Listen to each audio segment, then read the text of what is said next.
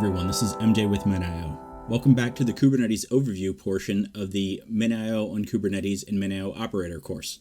Let's jump into the next topic.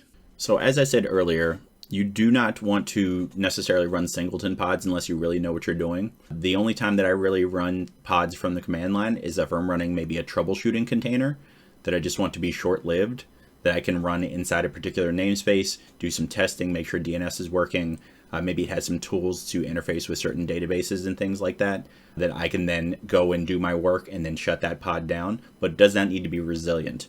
And you're not going to get any resiliency from that pod.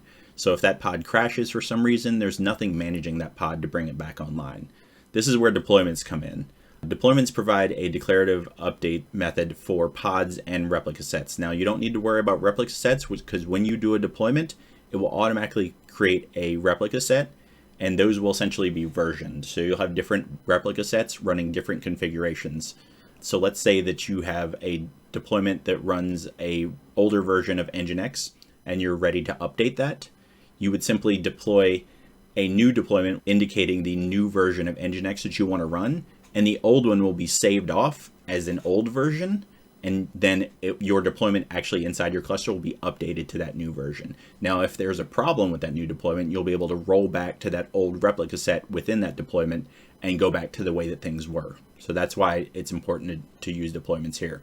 So the deployment controller changes the actual state to the desired state at a controlled rate. So what that means is that you could say that I only ever want one of my pods to be unavailable at any given time, just to make sure that your application stays up while you're doing these rollouts. And it can be used to create new replica sets, remove existing deployments, and adopt all their resources with new deployments as well. So basically you can overwrite certain deployments with a new configuration, and it will bring in all those resources and update the ones that need to be updated.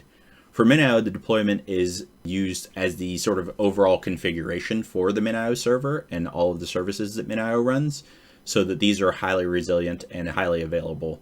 So if one of those pods goes down, the deployment will notice it and it will bring that back to the expected state. So if you expected to be able to run 3 pods and for some reason one of the pods crashes, the deployment will notice that, and instead of just having 2 running without you knowing, it will actually reconcile that within the cluster and bring that back up to 3 pods. Let's jump into a demo real quick of how deployments work.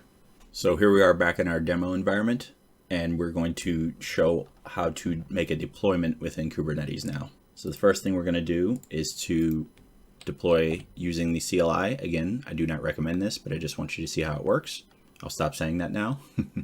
So we will run the kubectl command, create deployment. We'll give the deployment a name.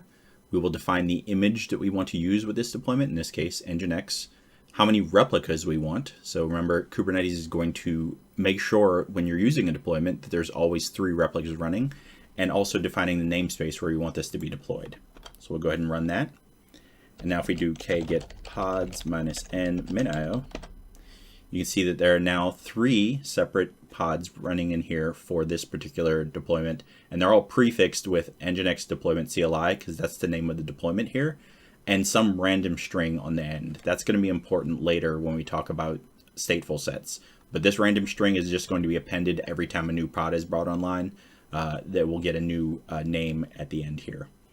We can also deploy this using some YAML. So if we look at our deployment YAML, you can see that we have a deployment defined here called Nginx deployment 1, and it's also going to go into the namespace MinIO. That will be separate from the CLI deployment that we just did, and that is also going to deploy 3 replicas. So let's go ahead and do that.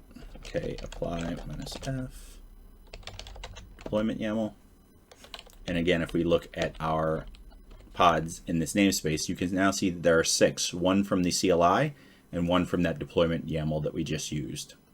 So what's different about the deploying singleton pods, as we did in the previous demo, and here is that if one of these pods goes down, the deployment will automatically fix that. So you'll note that this one right here is Z5MC6. So let's go ahead and get rid of that guy and see what happens.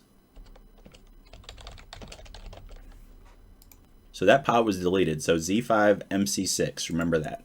So now if we look at our deployment here, you can see that there are still 3, but Z5MC6 is gone, but it has been replaced by another pod with a new name. So S2TQQ now. So deployment noted that what we desired was 3 pods, and we deleted one. So when it went and checked and it only saw 2, it said, well, they want 3, so I need to bring a new pod up with the same configuration and put it back in this namespace. So it automatically healed that for you and solved that problem for you. Thanks for joining us for this Kubernetes overview topic as part of the MinIO on Kubernetes and MinIO Operator course. We look forward to seeing you in the next video. Thanks and have a good one.